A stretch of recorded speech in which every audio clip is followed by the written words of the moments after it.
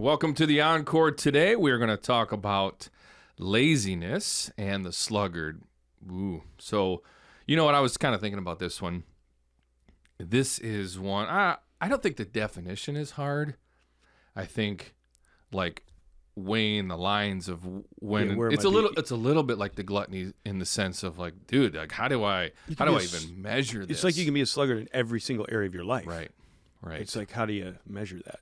Yeah, so we'll get into that and the definition and all that. I do have a question for you today. Personal, not that personal, but like not question. Not prepped. No, for this. definitely I don't know not what he's talking prepped. about. Usually it's the other way. You kind of fling a question this way. So Okay. I was just thinking about this morning because one hit me. What are your biggest pet peeves? And I don't get all serious about like somebody who's a sluggard and wastes their life. I mean like an irrational. I can't believe this would bother me so much, but it's like the most annoying thing in the world to you. Okay. Do you have any? Man, I'm annoyed already with how long it's taken me to think of an answer. Okay. Well, I could go first if you want. Go first. I prepped myself because I think I have a fair amount of them, honestly. So I gotta find it. So let's just say this up front. I'm calling this irrational. There's no reason for this to drive me as crazy as it does. Yes. Okay. It's just weird. We all have those things. There's no real I got reason. one, but keep going. Okay. I have three things. I don't know if I need to talk about all of them. Number one, dude, I'm gonna reveal like I'm an old man. I hate loud noises.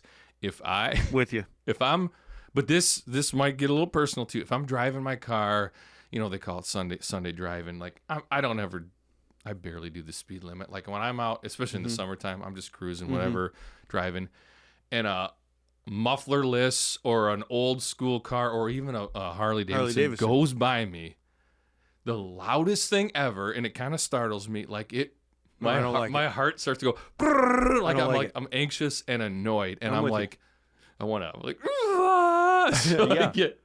That's number one for me. I hate the loud noises. Number two is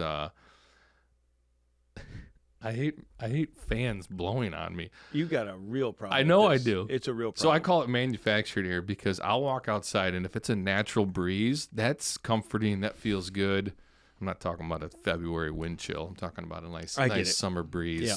It's great. But my wife sleeps with a fan, and if I feel it, I'm like, babe, you got to turn it. I'm really sorry. And I feel bad. Like I don't want to be that guy, but it's in my head and I can't even think about it. This morning we were at staff prayer, and that ceiling fan's just blowing on my face, and I'm like, don't say anything, just sit here and deal with it. Way to hold it. It's hard to hold down. My heavens, I want to break the bad fan. Side of ourselves. I want to break the fan. I can't stand that feel. Face is way worse than any other part of the body, so that's kind of what I got. What do you got? I'm going to go. I know the rule was irrational. And I think my anger about this is irrational, but I think I'm justified in this annoyance because I actually think it might be a law that people are breaking, but maybe not. Well, then this might not be irrational. Let's hear it. Cannot stand when people think the left lane on the highway is for driving. It's not. It's for passing. You understand what I'm saying? Oh, 100%. Yeah. And I actually think it might be a law, like that if you're not actively passing, people just drive, and then you come up because you're trying to pass, and they just look like, why are you so close to me? I'm just driving here. You're right. It's a of driving the way. lane. Yeah. That's not a thing. Yeah. You drive in the right, you pass on the left. That's how it works. And I feel like there's too many people that don't know that. And I didn't make it up. It's not my preference. I literally think probably not every state. Is this a law, Braden? I have heard that this. I want to know right now. It's probably one of those laws that me. nobody's ever going to enforce. Of course, don't tie your horse to the thing. Yeah. But yeah, my only point is that this isn't my driving preference. Like, well, get over it, dude. There's 2 lanes for driving. I think no, I don't think there are. I think even the law would say there isn't. So you're in Chicago. Probably the worst traffic I've ever seen in my life, right? Washington D.C. for me. Okay, outside of a foreign country. Yeah, you've been there, and it's a 4-lane interstate, 94 in Chicago, whatever. Almost bumper to bumper, 10, 15 miles an hour. how would you treat the left lane there? So it's a progression. It's a right to left progression. Yeah. Right. Yeah. So the right. You got a definition lane there? or two. Excuse us, everybody. Yeah. Thank you, Braden. A definition. If all lanes are occupied by vehicles moving in substantially continuous lanes of traffic, then a driver can use any lane available. A driver may also use the left lane for a reasonable distance when preparing for a left turn. On a freeway having 3 or more lanes, a driver may use any lane lawfully available. 3 or more. Where did I get this? Because I didn't just make this up out of my mind. What'd you look up? Is driving in the left lane illegal? Crap. Okay. Well, this helps me actually. Is the left lane for passing? Michigan, you didn't look up the right thing. Michigan has a similar law that says the left lane of any Michigan state highway is for passing only, and you must move to the right if you're blocking traffic. The law gets more lenient when there's heavy traffic. Okay. So I'm not nuts. Especially in the state of Michigan. State of Michigan. Thank you, Brady. Okay. So it's legit. Like, there's a reason, but right. You treat it as a progression. Wow, that went a long way. Yeah, it did go a long way. It's a yeah. hot button for me. I'm gonna cool it down though, because maybe there's a mix of things in traffic laws that I might be overreacting. Yeah. Do you have any other small pet peeves that drive you crazy you want to throw in there? No, was it? I'm sure I do. I'm sure I do. I'm sure I do. Yeah. I thought of one, and then I got all mad about traffic. You did, and you're all riled up. Fans don't bother me, but I know what you're saying. Okay, I got one more. Tell me if this bothers you. This is. We're good. You get it's kind of the same thing. You wake up, or it's in a long hair. Your wife or your daughter's hair is on you, and you can feel it, and it's almost like you can't I don't know. It'll get on the back of your neck. It gets in your. Sometimes it gets in the threads of your clothes. Yeah, and you're pull like, it out of my oh shirt. gosh, what's happening? I want to set myself on fire. It's so irrational. I'll literally go to the girls in my house and go, "There's a hair in my sock." Yeah, like what are they supposed to do about this? They took it out and put it in my Exactly. socks. Why is this in my socks? Exactly. So No, I don't know why, but it's just you can barely feel it. It's the same feeling as walking into a cobweb, and you're like, oh, I don't know where it's at. Get it off my face. Do you get Awful. that? Panic. I dive off a cliff to get rid of it. Like, it might end my life one day. Like, it's just like, Totally. Why? It's a panic. Why is it? Oh my goodness. I feel like there are 14 spiders on me in Indiana Jones, like Oh my tarantulas goodness. everywhere. And it's not. And after having talked about it, if it happens today, I'll have the exact same level of panic. I'll lose my mind, dude. Freak out, bang my head on the wall. If you walk through like a forest in the morning or evening or whatever, like I'll actually walk like this sometimes because it's inevitable you're gonna walk into those things. Oh yeah, someday, no, it's irrational. Oh my goodness, This could go a long way. It could go a long Gonna way. need some for some people out there. I love reading that. We do Yeah, read send what them you in. write on social media. You write it in Facebook. Irrational- sometimes. irrational pet peeves. Mine is Yes. you guys talking about pet Talking peeves. about pet peeves. I wish you'd shut up. Talk about the Bible. Okay. All right. Did you hear Lily say the other day she just discovered the Encore? She just kept listening and listening Yeah. when she was on a road trip. I was glad to hear. She's like, I didn't know about the Encore. I was listening to you guys driving to Ohio or something. Yeah, that was Oh, fun. man. Banter. All right. Give me your definition of lazy. What does it mean to be lazy? How would Wesley Morris define lazy? People that wear flip-flops to work. Uh-huh. Different pet peeve. Irrational pet peeve. It's How did I irrational. not see it? Yeah. Okay. You really want my definition? Because it doesn't matter. I have the Bible, but I can... You have the Bible definition of laziness. Well, Well, no, but the picture. Okay, so... just say it. Yeah. Sinful negligence of anything that you are called to steward in your life Okay. as a Christian. Okay. Sinful negligence. I mean, an unbeliever can be a sluggard. They can be lazy, but we're talking to believers in Christ primarily here. So, Okay. sinful negligence of something you're called to steward. Mm-hmm. Mm-hmm. Body, house, mind, property, money, car, things, stuff like that. Okay. I guess. That's I just shot. So I hope Negligence, it's a good word. So I guess I wrote it down as kind of my own definition. Unwillingness. The unwillingness to take action. Mm-hmm. So I think one might say, call that work, Can I say something about that, though? Yeah. You could say that people are unwilling out of a rebellion, too. They're mad. So they're doing it out of like a passive-aggressive. May not be sluggard. It could be...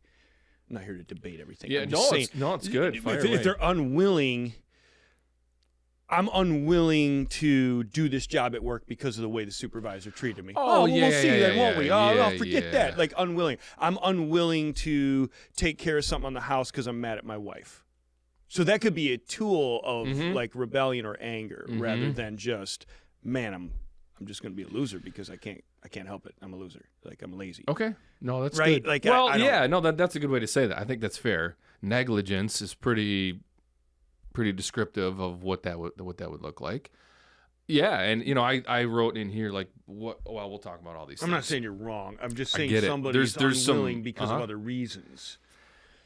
That's good. Okay, let's talk about these things. So, like anything, I think some might struggle in this area more than others would. Right? You could say that with any talking about sluggardliness. Yes, I think sluggardliness. So. Wow. Someone might struggle with anger more than being a sluggard. Yeah, sure. Somebody struggles with gluttony. We talked about that last time more than somebody else would. Yeah, I agree.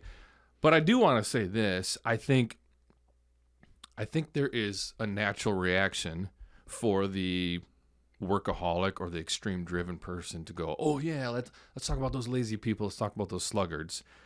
And just so I would just wanted to say this because I think that mindset comes up. That's a totally different thing. But there's something wrong with workaholism, workaholics too, and being like having work be your identity and equally idol. wrong. Equally wrong. Hugely So wrong. let's your just identity, say there's your idolatry. Yeah, 100%. Yeah, there's extremes on all sides of this. Problem. So anyway, neither side is extreme. Today we are going to talk about laziness, what that means. Hopefully we can bring up thoughts that would just help everybody ask for themselves, like, oh, how am I struggling in this area? Maybe I didn't even realize it. Maybe I've built a pattern of this throughout a lifetime that I've neglected some things. Neglect, was that your word? See that? Wow. See that? What just happened there is the term gaslighting. Oh boy! I just gaslighting is a whole different Encore topic. It is, and it's a big problem. And it happens on massive scales by politicians, celebrities, the news. Yeah, gaslighting. Oh, absolutely. I just made you think that. That's good. Okay. The other thing too within the workaholics is we had an Encore on busyness, and I do think let's not mistake busyness for the opposite of laziness. I don't know if you agree with this or not, but you can be busy and be lazy. You can neglect. I'm going to use your word now, gaslighter. You can neglect many things and excuse it as busyness, or use the busyness to ignore examples. Yeah. Well, the fact that whatever you have. I agree with you. I just need to picture it. Yeah, you have a responsibility at work. Whatever. Okay. You have to get your sermon ready for Sunday. Okay. But in your busyness, I had to meet with this person. I had to get this done. I had to take care of these things at home. Yep. You feel accomplished and successful because I'm doing things. All right. But you've neglected. I told you I'm going to use the term from now on. You don't have to call it out every time anymore. All right, I'm done. That was the last one. We mentioned it. Hey, buddy, you mentioned it. I'm going to keep using the word. Okay. But you have neglected your responsibility, right? And I'm using that example because for you, that would be a primary work responsibility. Yeah, specifically I could preach about the Lord and neglect my spiritual life. Okay, you just gaslit me. Now I see all the examples. Hey! You just let me. Oh no! I'll claim it as my own. And make it think Right. it's my idea. Right. You're right. My spiritual life, my marriage, my home, my property, my kids, again, my body, gluttony, what my mind. Yeah, you're right. That's a good point you make. Yeah. So I think somebody in here might be going, man, I'm busy. Like I'm working. I work out. I do all of these things. Whatever. I take care of my family. Provide. I'm not lazy at all. You might be. Yeah. You might struggle with some of that because. Yeah, and I guess I wrote unwilling in this sense. I would say like I'm unwilling to deal with this right now. I put it off. So procrastination kind of goes into this too. Sure. A lot. I can definitely procrastinate. Oh, it's a bit of a problem for me. Yeah. Whew. Now, this could get deeper, but like I think procrastination, I don't know if this is gonna get in the weeds. It could be something different than laziness too. Like I do think there's stuff in procrastination of like you could be afraid of stuff. So I guess let's talk about this. Let's talk about the cause of laziness, and then we'll get into that, because I think procrastination is a part of it. But I would say there are people that I'm afraid of failure, so I'm not even going to touch that thing, right? Mm-hmm. You're saying that's not a sluggard. I don't think it's the same thing. It's not out of the same motive. It's an issue. It's negligence, but not out of the same place, maybe. Yeah. I don't think so. I agree with you. Right. Whatever. There's procrastination reasons. Let's just, whatever. Like if you were, I got to write a book. I'm not going to write a book right now, but let's just say, and you could go, boy, oh boy, what do I really want this book to say? I'm afraid of writing a horrible book that people would mock. So I just continue to put it off. Something like that. I think, I don't think you're defining that's procrastination. Yeah. It could be laziness. I think it's a part of it. So, okay, let's talk about the root cause of laziness. What do you think is at the... that's a good question. Man. Yeah, what do you think is at the root of laziness? This is not the answer. I just want to read what the Bible says here. Okay.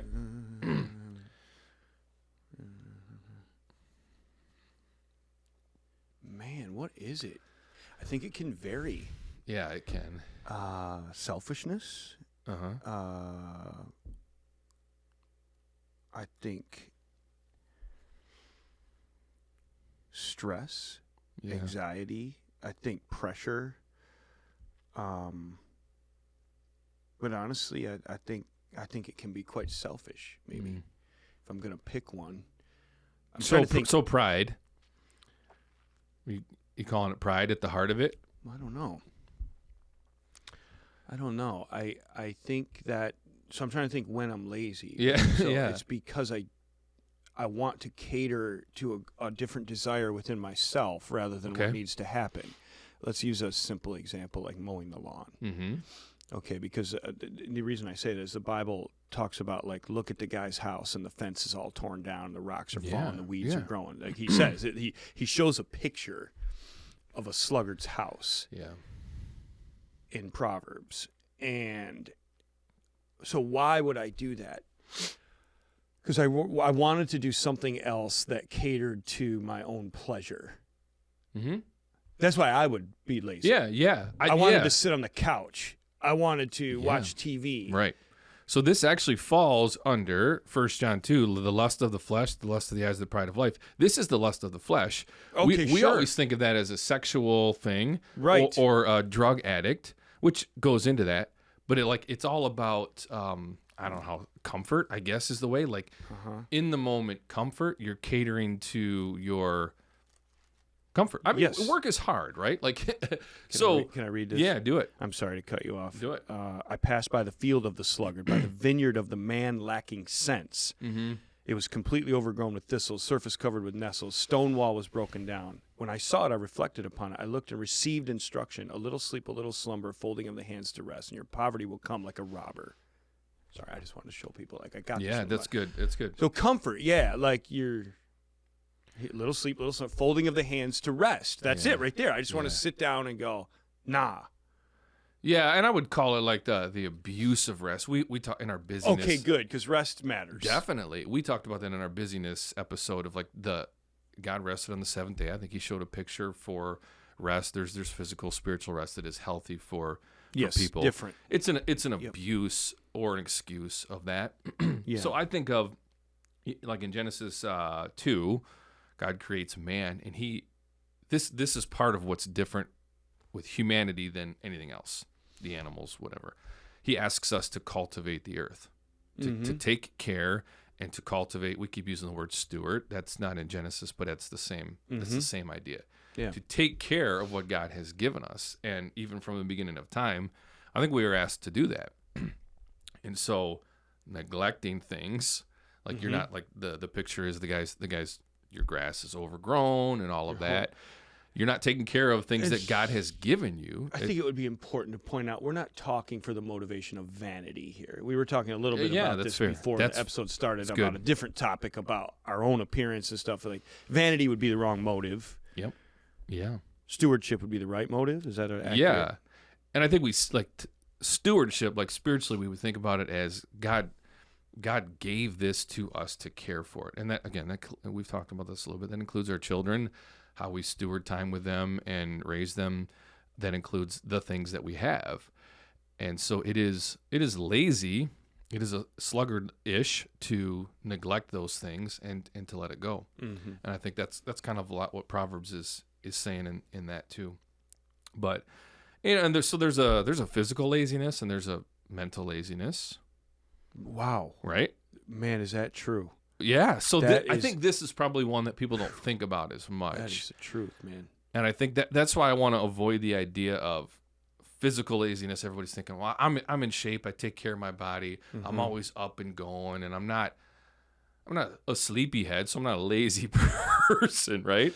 Right. You're not the guy that can't make it to work, and yeah, which, by the way, is a part of an indication of being a sluggard. Yeah. That person might be out there, like you never can get there. You're always a wreck. Like you're never prepared for anything. You're the disheveled person not because there's anything wrong with your brain or your life. You're a sluggard. Yeah. That's a bomb. Like you know, you just don't prepare things. You don't do necessary work. Yeah, and so I would say for us, like the majority of our work is mental.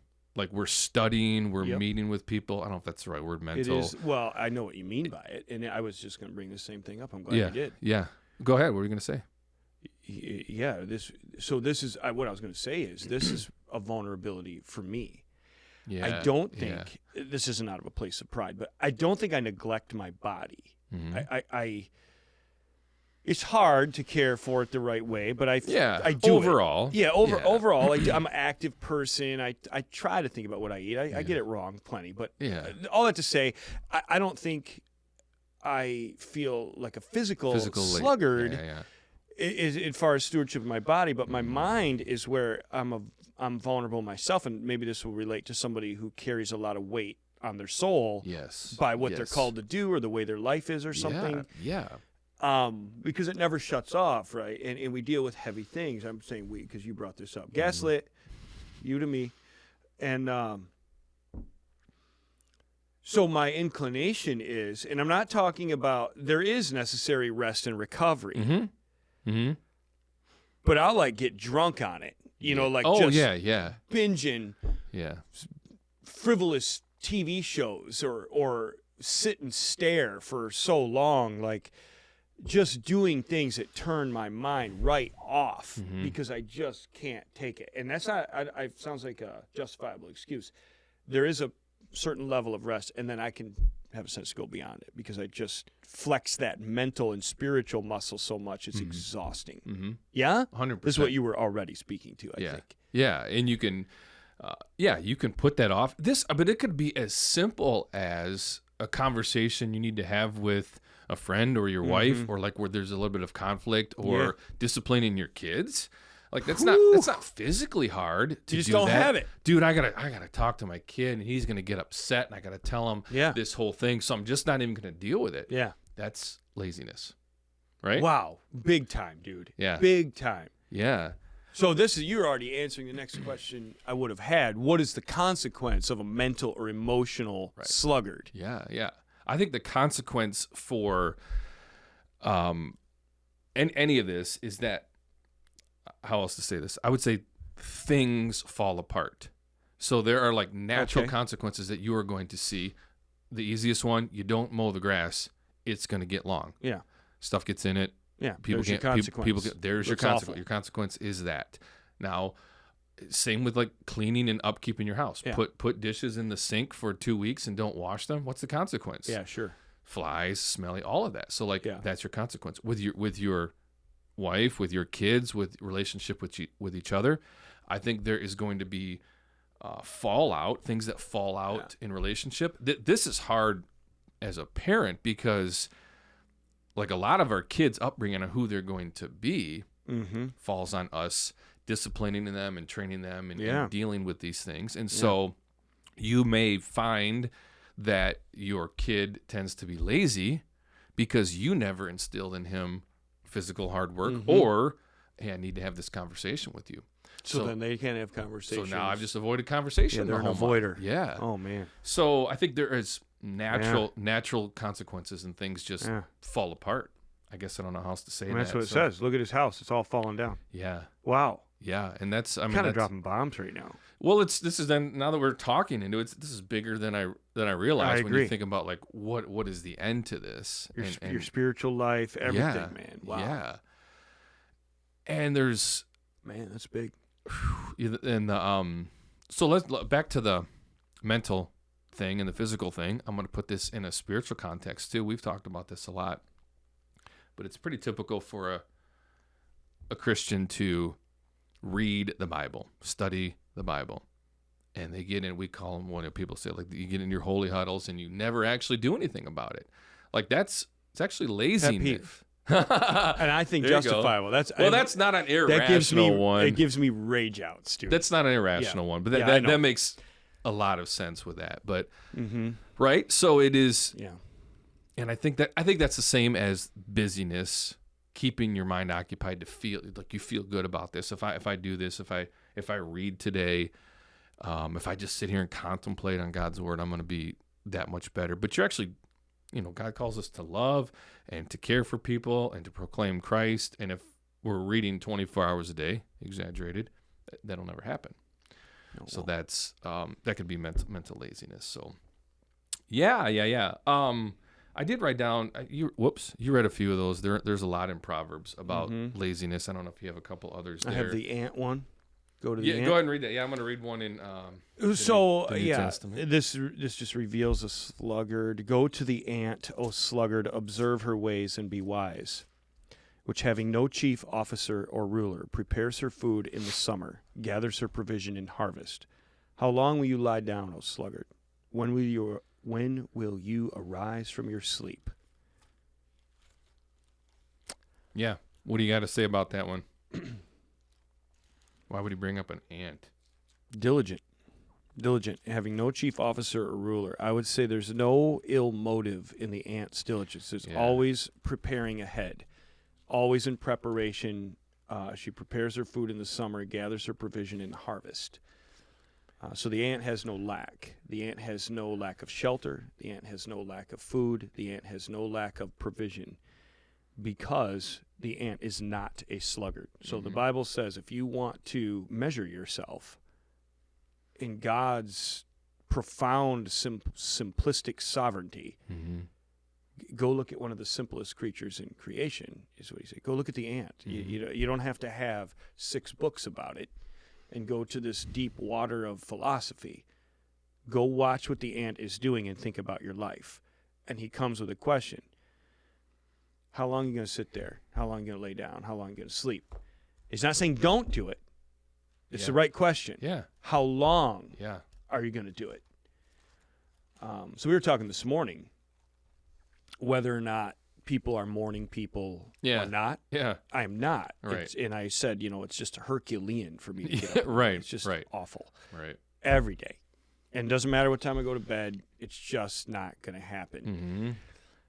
But for convictions about scriptures like this, I mean, there's no spiritual time to get up and go to work. I mean, Henry Ford invented that. We've talked about that. This is a different thing. But there is something about getting up and engaging in a diligent life. And so I do make myself do it.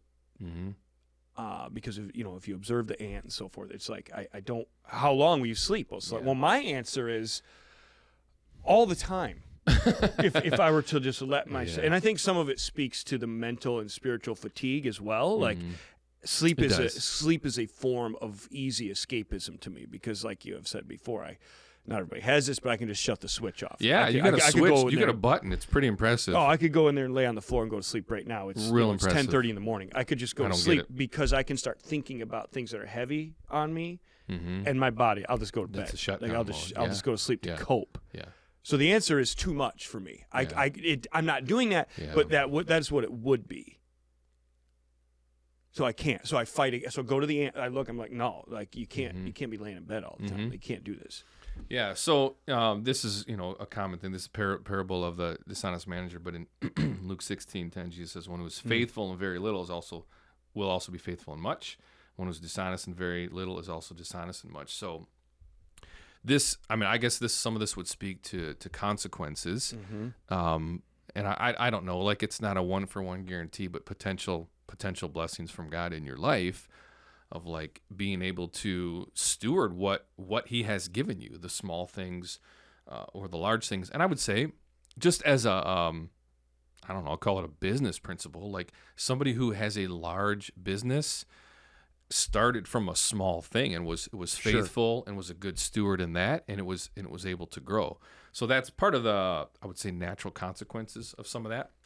Did you have something else? I do. I'm glad you've been talking all that time. I've been looking at the verse. Tuning me out. No, I'm not. You spurred a thought, but I'm having a hard time finding it. Okay. All right. Well, so keep going. Well, I was going to get into this to end our closing, to begin our closing.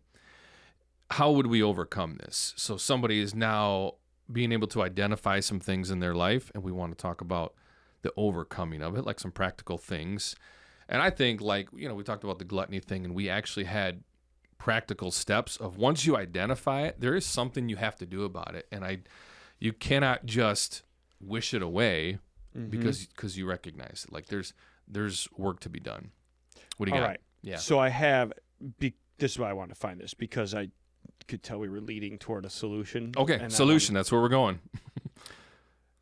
So the Bible says in Proverbs 26:15, well, let's start with 14. As the door turns on its hinges, so does the sluggard in his bed. Which is back and forth. Like it never, you stay. And it's not just talking about sleep. It's talking about a lazy scum, like which we can all be in different ways. So that's also a metaphor. It's not just bed. It is bed, but it's talking about, as we've already talked about, other ways. Verse 15 says, the sluggard buries his hand in the dish. He is weary of bringing it to his mouth again. So he's saying, so this speaks to the solution for me. Okay. He's saying as an image, the sluggard puts his hand in the bowl to feed himself, and he's weary to bring it. He can't do it. I can't even do it. I can't be bothered. I can't. So for me, this is,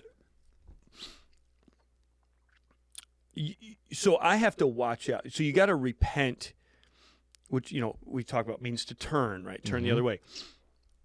I have to repent of the propensity to get people to enable my laziness. So that's what he's doing. You unwilling. So someone's got to do it for you. Yeah. Is what that speaks to me. Hey, can you get me a sandwich? Like, it's not that you can't ask. It's not that people can't bless. But out of what heart? Hey, can somebody go outside and do A, B, or C? Hey, can somebody do? And what you're doing is staying as the door on the hinge. And getting other people to do it for you because you're weary of lifting your hand from the bowl. You can't. And so I can feel myself. Why am I asking? Because I need help? Or because I'm a sluggard? And I know that if I ask, you start to build a system of insulation around you where everyone will do everything for you.